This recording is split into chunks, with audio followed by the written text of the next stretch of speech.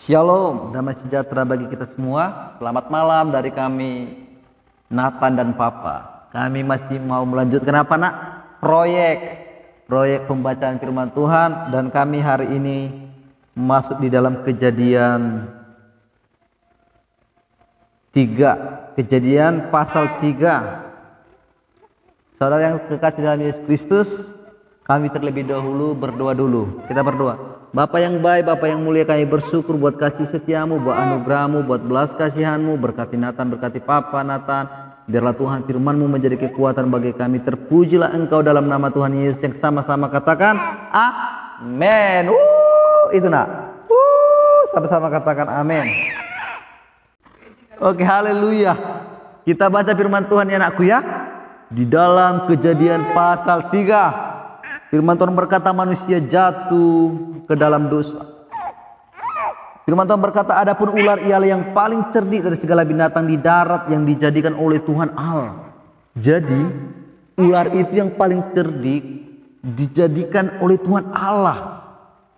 Ular itu berkata kepada perempuan itu, tentulah Allah berfirman, semua pohon dalam taman ini jangan kamu makan buahnya, bukan? Jadi dengan kata lain, iblis berkata kepada Hawa, Tuhan berkata semua pohon di taman ini tidak bisa kamu makan.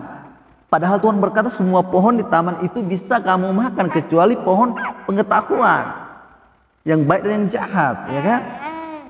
Dikatakan di sini anakku, lalu sahut perempuan itu kepada ular itu, buah pohon-pohonan dalam taman ini boleh kami makan.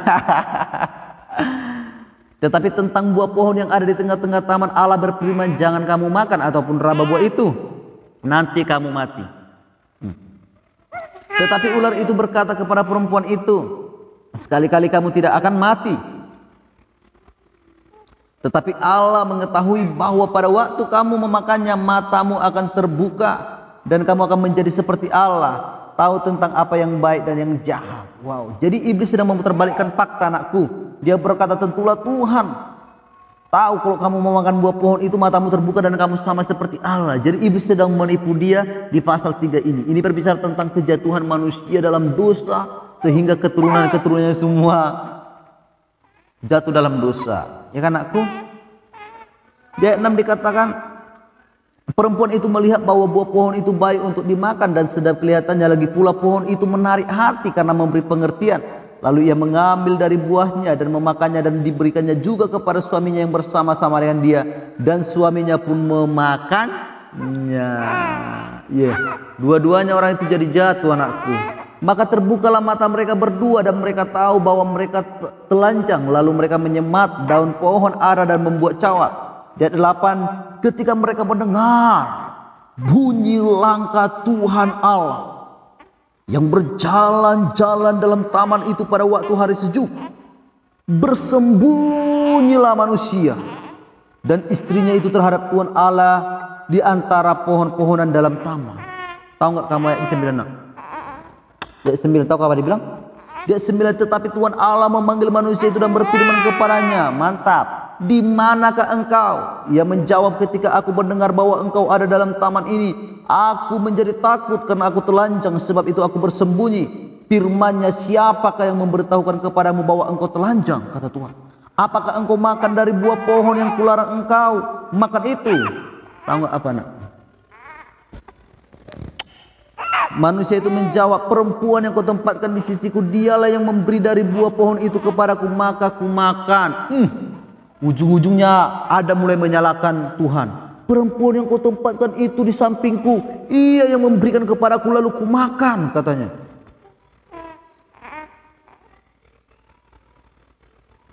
Kemudian berfirmanlah Tuhan Allah kepada perempuan itu, apakah yang telah kau perbuat ini? Jawab perempuan itu, ular itu yang memperdayakan aku, maka ku makan. Lalu berfirmanlah Tuhan Allah kepada ular itu, karena engkau berbuat demikian, terkutuklah engkau. Setan, ular itu dikutuk di antara segala ternak dan di antara segala binatang hutan. Dengan perutmu lah engkau akan menjalar dan debu tanahlah akan kau makan seumur hidupmu. Aku akan mengadakan permusuhan antara engkau dan perempuan ini. Dikatakan anakku, antara keturunanmu dan keturunannya akan meremukkan kepalamu, dan engkau akan meremukkan tumitnya. Jadi ada permusuhan antara manusia keturunan perempuan itu dengan si iblis. Karena si iblis menipu manusia, membuat manusia jatuh dalam dosa semuanya. Dikatakan anakku di ayat 16, firman-Nya kepada perempuan itu, susah payahmu waktu mengandung akan kubuat sangat banyak, dengan kesakitan engkau akan melahirkan anakmu, namun engkau akan berahi kepada suamimu dan ia akan berkuasa atasmu. Lalu firman-Nya kepada manusia itu, karena engkau mendengarkan perkataan istrimu dan memakan dari buah pohon yang telah kuperintahkan kepadamu, jangan makan daripadanya, maka terkutuklah tanah karena engkau dengan bersusah payah engkau akan mencari rezekimu dari tanah seumur hidupmu. Wow, karena Adam menuruti apa yang dilakukan Hawa diberikannya, maka terkutuklah semua tanah dan dia bersusah payah untuk mencari rezekinya, anakku. Tapi kita percaya melalui Yesus Kristus semuanya dipulihkan. Semat di ayat 18 dikatakan, semat duri dan rumput duri yang akan dihasilkannya bagimu, dan tumbuh-tumbuhan di padang akan menjadi makananmu. Dengan berpeluh engkau akan mencari makananmu sampai engkau kembali lagi menjadi tanah, karena dari situlah engkau diambil, sebab engkau debu dan engkau akan kembali menjadi debu. Manusia itu memberi nama Hawa kepada istrinya, sebab dia yang menjadi ibu semua yang hidup. Dan Tuhan Allah, anakku kan, membuat pakaian dari kulit binatang untuk manusia dan untuk istrinya itu, lalu mengenakannya kepada mereka. Berfirmanlah Tuhan Allah, sesungguhnya manusia itu telah menjadi seperti salah satu dari kita, tahu tentang yang baik dan yang jahat. Maka sekarang jangan sampai ia mengulurkan tangannya dan mengambil pula dari buah pohon kehidupan itu dan memakannya, sehingga ia hidup untuk selama-lamanya. Lalu Tuhan Allah mengusir, anakku, mengusir dia dari Taman Eden supaya ia mengusahakan tanah dari mana ia diambil. Ia menghalau manusia itu, dan di sebelah timur Taman Eden ditempatkannya beberapa kerub dengan pedang yang bernyala-nyala dan menyambar-nyambar untuk menjaga jalan ke pohon kehidupan. Puji Tuhan, itulah firman Tuhan di dalam Kejadian pasal 3. Manusia jatuh dalam dosa, anak. Manusia jatuh dalam dosa dan iblis berhasil menipu manusia sehingga manusia tidak lagi mendengarkan perintah Allah, sehingga manusia jatuh ke dalam kutukan. Karena anakku, melalui Kejadian pasal 3 ini kita diingatkan keraguan adalah akar dari semua dosa. Ketika kita ragu, maka kita akan melangkah dan melakukan sesuatu tanpa memikirkan apa yang menjadi dampaknya. Kayak Hawa kan, dia mulai ragu-ragu dengan perintah Tuhan. Apa betul yang Tuhan bilang itu? Kalau aku memakan buah pohon ini, aku akan mati. Karena keraguan-raguannya itu, dia bertindak mengambil buah pengetahuan yang baik yang jahat. Dan ketika dia makan, dia berikan kepada Adam. Lalu mereka matanya terbuka, kan? Dan mereka melihat bahwa mereka telanjang. Mereka bersembunyi dari Tuhan. Tetapi Tuhan datang mencari manusia dan mereka bersembunyi. Dan Tuhan memanggil, kenapa kalian bersembunyi? Di manakah engkau? Mereka berkata, kami takut ketika mendengar engkau berjalan-jalan di sini, ketika mendengar engkau ada di sini. Karena mereka jatuh dalam dosa. Ternyata dosa, anakku, memisahkan manusia dengan Allah. Sebelum mereka jatuh dalam dosa, mereka bercakap-cakap dengan Tuhan di Taman Eden. Allah menempatkan manusia di tempat yang begitu indah di Taman Eden, di mana di sana semua makanan mereka bisa menikmatinya. Tetapi karena dosa, anakku, mereka bersembunyi dari Allah. Dan pada akhirnya juga Allah tidak mengizinkan mereka berada di Taman Eden, lalu mengusir mereka ke tanah dari mana mereka diambil dan mengusahakan tanah. Jadi yang mau kita ingatkan, anakku, bahwa ketidaktaatan membawa dampak yang begitu luar biasa. Kita melihat bagaimana dosanya Hawa, dosanya Adam membawa dampak ke seluruh dunia. Karena dosanya semua orang jadi berdosa. Kita melihat banyak pembunuhan, banyak hal-hal yang tidak baik, semua karena dosa, kan? Karena itu, anakku, kita harus kuat.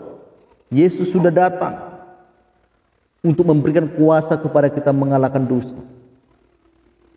Memang karena dosa satu orang, oleh karena dosa Adam semua orang berbuat dosa, tetapi karena Yesus Kristus kita diselamatkan. Bersekutu dengan Kristus, kita menjadi ciptaan yang baru. Amin. Haleluya, haleluya. Saudara yang kekasih dalam Kristus Yesus, kami sudah siap membaca firman Tuhan. Dengan anakku, biarlah firman Tuhan ini menjadi kekuatan bagi kita. Dan melalui firman Tuhan ini, saudara-saudara juga yang menonton diingatkan untuk selalu memperkatakan firman Tuhan kepada anak-anak kita. Karena kita percaya firman Tuhan tidak pernah kembali sia-sia. Dan firman Tuhan itu hidup dan kuat dan lebih tajam dari pedang bermata dua manapun. Dan kita tahu bahwa firman itu adalah pelita bagi kita. Dan firman itulah benih yang ketika ditaburkan dan ketika tumbuh di hati, maka dia akan menghasilkan sesuatu hal-hal yang luar biasa. Amin. Kita berdoa, nak. Tuhan Yesus, kami bersyukur buat malam hari ini Tuhan, di mana kami Tuhan boleh mendengarkan kebenaran firman-Mu, yaitu di dalam Kejadian pasal yang ketiga Tuhan. Terima kasih Tuhan, Engkau mengingatkan kami bahwa manusia jatuh dalam dosa oleh karena ketidaktaatan. Manusia jatuh dalam dosa karena dia ragu akan perintah Tuhan. Manusia Tuhan jadi terbelenggu. Manusia menjadi tidak baik oleh karena pelanggaran dan dosa-dosa. Harusnya Tuhan manusia menikmati di Taman Eden, tetapi karena ketidaktaatan membuat manusia terbuang dari Taman Eden. Tetapi kami bersyukur ya Tuhan, melalui darah Kristus, melalui salibnya, di mana ia menghapuskan surat hutang yang oleh ketentuan hukum mendakwa mengancam kami, dan itu ditiadakannya dengan memakukannya pada kayu salib. Terima kasih Tuhan Yesus buat darah yang tercurah. Terima kasih Tuhan Yesus, Engkau memikul dosa-dosa kami di atas kayu salib. Berkati Nathan Tuhan Yesus, berkati papanya, berkati mamanya Tuhan. Biarlah Tuhan pembacaan firman Tuhan ini menjadi kesenangan bagimu ya Bapa. Terima kasih Bapa, dan biarlah orang yang menonton suatu saat nanti Tuhan, mereka juga terinspirasi, lalu mereka membacakan firman Tuhan kepada anaknya walaupun masih bayi atau masih kecil, supaya mereka bertumbuh dalam firman. Dan kita percaya Tuhan bahwa firman-Mu berkuasa, firman-Mu bekerja, dan firman-Mu tidak pernah kembali dengan sia-sia. Dan firman-Mu itulah kehidupan kami, dan firman-Mu adalah roh yang menghidupkan. Terima kasih Bapa. Terpujilah Engkau dalam nama Tuhan Yesus. Haleluya, haleluya. Sama-sama katakan amin. Ini anakku, saudaraku, dia begitu senang mendengarkan kebenaran firman Tuhan. Dia sangat lucu, dia menggemaskan, dia begitu tampan, dia begitu mempesona. Dia adalah ciptaan yang baru di dalam Kristus Yesus. Haleluya. Dia ciptaan yang baru di dalam Kristus Yesus. Haleluya, haleluya. Dadah. Terima kasih saudara-saudara. Tuhan Yesus memberkati kita semua. Amin. Tuhan Yesus memberkati. Haleluya, haleluya.